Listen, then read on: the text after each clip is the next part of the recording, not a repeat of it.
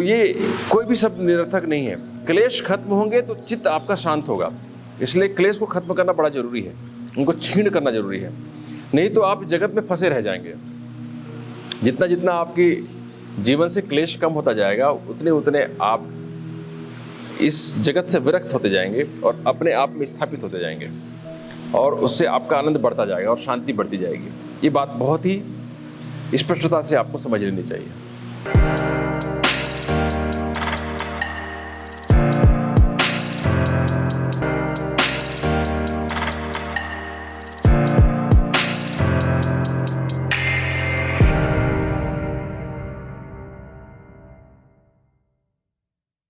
आप सबके भीतर आलोकित परमात्मा को मेरा सादर प्रणाम।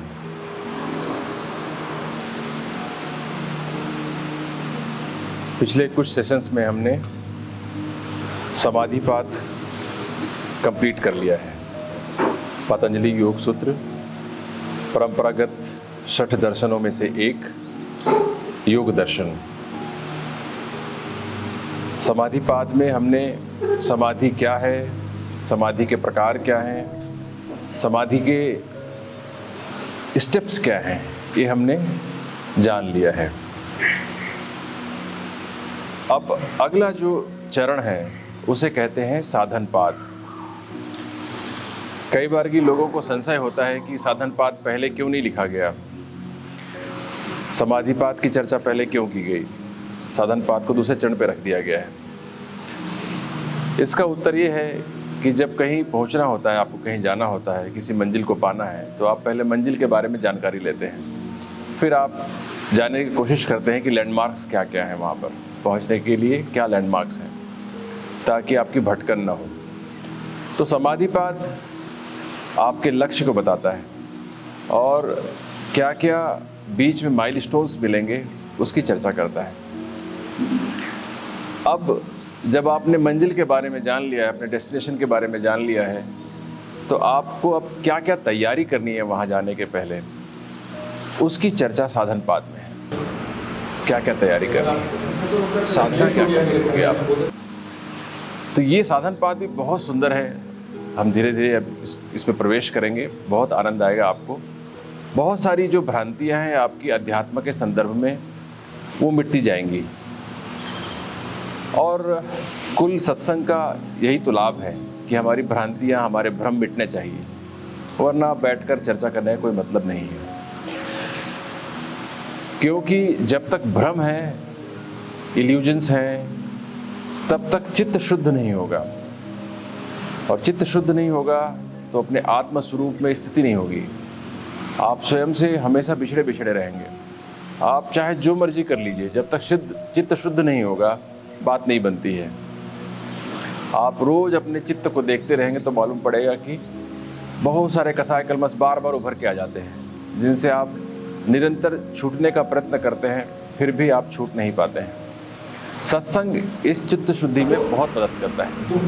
कर्मकांड तो करते ही हैं, कर्मकांड बहुत निचले स्तर की साधना है, सत्संग ऊंचे स्तर की साधना है। सत्संग ऊंचे स्तर की बात है। तो आज हम शुरू करते हैं साधनपाद। साधनपाद का पहला सूत्र, तपः स्वाध्याय ईश्वर प्रणधानानि क्रिया योगः। तपः स्वाध्याय ईश्वर प्रणिधानानि क्रिया योगः। आप सबने सुना होगा क्रिया योग शब्द के बारे में, है ना। एक सोसाइटी है, योगदा सत्संग सोसाइटी, स्वामी परमहंस योगानंद द्वारा स्थापित है ना। स्वामी परमहंस योगानंद के द्वारा स्थापित है। बिहार में ये संस्था है और काफ़ी प्रसिद्ध है। वेस्ट में खासकर इसकी बहुत सारी शाखाएं हैं। तो वहाँ पर क्रिया योग बहुत महत्वपूर्ण माना जाता है और उसकी दीक्षा चुने हुए लोगों को दी जाती है। वो पहले आपकी टेस्टिंग करते हैं, कुछ लेसन्स आपको देते हैं, पहले वायसस लेसन कहते हैं उसको। उन लेसन्स में जब आप पारंगतता हासिल कर लेते हैं, प्रवीणता हासिल कर लेते हैं, उसके बाद आपको क्रिया योग की दीक्षा दी जाती है। यहाँ पर बहुत ही सिंपल सरल शब्दों में क्रिया योग क्या है ये पतंजलि मुनि आपको बता रहे हैं, है ना।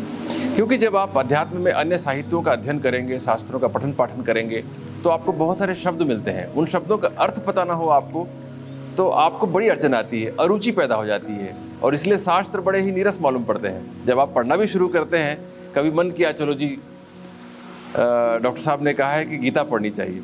अब गीता पढ़ना तो शुरू किए, 2-4 श्लोक पढ़ने के बाद लगता है यार क्या पढ़ने बोल दिया डॉक्टर साहब ने, कुछ समझ में नहीं आ रहा इसमें तो, है ना।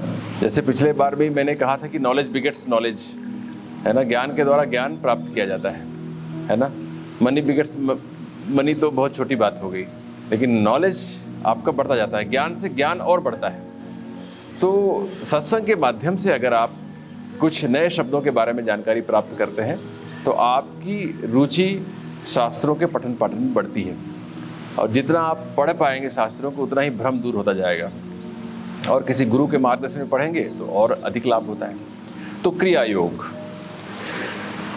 सिंपल सी परिभाषा पतंजलि मुनि ने दी, तप, स्वाध्याय और ईश्वर प्रणिधान को कहते हैं क्रिया योग।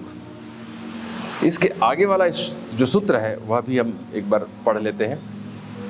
समाधि भावनार्था क्लेश तनुकरणार्था च। इसका अर्थ है समाधि प्राप्त करने के लिए और क्लेशों को क्षीण करने के लिए क्रिया योग की उपयोगिता है।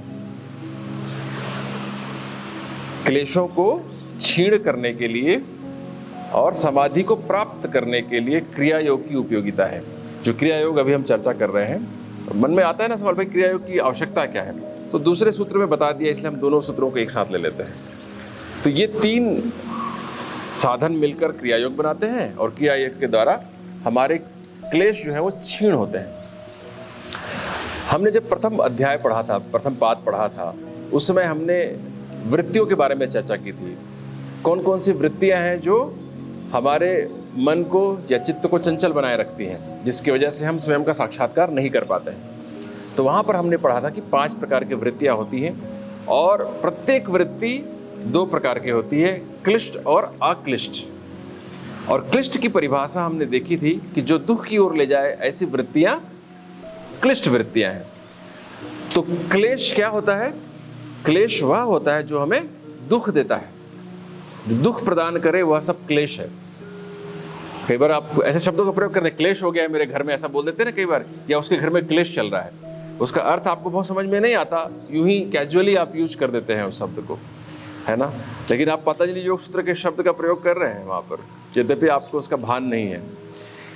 तो क्लेश का अर्थ है वे सब वृत्तियाँ जो आपको दुख देती हैं। तो इन दुख देने वाले वृत्तियों को क्षीण करने में कारण है क्रिया योग। समझ में आ रही बातें? तो चूड़ामणि हमने अभी बताया कि क्लिष्ट वृत्तियां बढ़ाने वाली चीजें जो है वो क्लेश है, या क्लिष्ट वृत्तियों की वजह से जो चित्त की स्थिति बनती है वो सब क्लेश है ना। आगे के सूत्र में हम पढ़ेंगे कि कौन कौन से क्लेश हैं वो। तो ये क्लेश को कम करना है हमें क्रिया योग के द्वारा। ये बहुत इंपॉर्टेंट है। जब भी आप कुछ सुन रहे हैं तो उसके पीछे ध्यान रखिएगा, एक एक शब्द जो है बहुत ही इंपॉर्टेंट है। कोई भी शब्द निरर्थक नहीं कहा गया है। पूरे पतंजलि योग सूत्र में एक एक सूत्र पर घंटों व्याख्यान दिया जा सकता है, एक एक सूत्र पर, और एक एक शब्द को पकड़कर आप घंटों बात कर सकते हैं। तो ये कोई भी शब्द निरर्थक नहीं है। क्लेश खत्म होंगे तो चित्त आपका शांत होगा, इसलिए क्लेश को खत्म करना बड़ा जरूरी है, उनको क्षीण करना जरूरी है, नहीं तो आप जगत में फंसे रह जाएंगे। जितना जितना आपकी जीवन से क्लेश कम होता जाएगा उतने उतने आप इस जगत से विरक्त होते जाएंगे और अपने आप में स्थापित होते जाएंगे, और उससे आपका आनंद बढ़ता जाएगा और शांति बढ़ती जाएगी। ये बात बहुत ही स्पष्टता से आपको समझ लेनी चाहिए। तो पहला क्रिया योग है तप। तप का क्या अर्थ है? तप से अर्थ लगता है गर्माहट, है ना। तप रहा है, कहते हैं ना भूमि तप रही है, नव तपा है। 9 दिन तक जब तपता है वातावरण, धरती तपती है, तो हम कहते हैं नवतपा लगा हुआ है ना। तो तप का अर्थ है तपाना, और जब चीज़ें तपाई जाती हैं तो वो निखरती हैं, है ना। जब कच्चा कुंदन होता है तो जब तपता है तो वो स्वर्णिम सोने में तब्दील हो जाता है और मूल्यवान हो जाता है। तो जब हम तपते हैं तो हम और मूल्यवान हो जाते हैं चेतना की दृष्टि से। तो तप के 3 प्रकार हैं। आप श्रीमद् भगवत गीता में 17वें अध्याय में जाएंगे तो वहाँ पर 6 श्लोक आते हैं। उनमें 3 प्रकार के तपों के बारे में बताया गया है। एक है शारीरिक तप, दूसरा वाचिक तप और तीसरा मानसिक तप। और फिर उनमें और 3 विभाजन किया गया है, सात्विक तप, राजसिक तप और तामसिक तप। ठीक है ना। तो प्रत्येक शारीरिक तप भी 3 प्रकार का हो सकता है, सात्विक भी हो सकता है, वो राजसिक भी हो सकता है और तामसिक भी हो सकता है। तो शारीरिक तप क्या है? शारीरिक तप की परिभाषा में 17वें अध्याय में ही श्रीमद् भगवत गीता में जो 14वां श्लोक है वो सुनने योग्य है। देव द्विज गुरु प्राज्ञ पूजनम शौचम आर्जवम ब्रह्मचर्य अहिंसा च शारीरम तप उच्यते। देवताओं की द्विज मतलब ब्राह्मण, जो ब्रह्म में लीन रहते हैं, जो ब्रह्म तत्व की साधना कर रहे हैं, जो वो ब्राह्मण, जाति से ब्राह्मण नहीं। देव द्विज गुरु, गुरु का अर्थ यहाँ पर कोई शिक्षक गुरु की बात नहीं हो रही है, जो भी बड़े हैं उनके लिए बात हो रही है। जो आपसे उम्र में बड़े हैं या अपनी शिक्षा दीक्षा में बड़े हैं, गुणों में बड़े हैं, वो गुरु। और विद्वान जन, उनकी पूजा करना,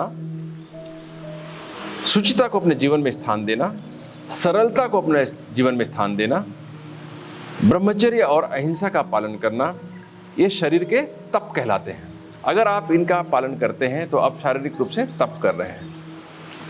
ठीक है ना। ये बहुत स्पष्ट रूप से समझ लीजिए, ये शरीर संबंधी तप है।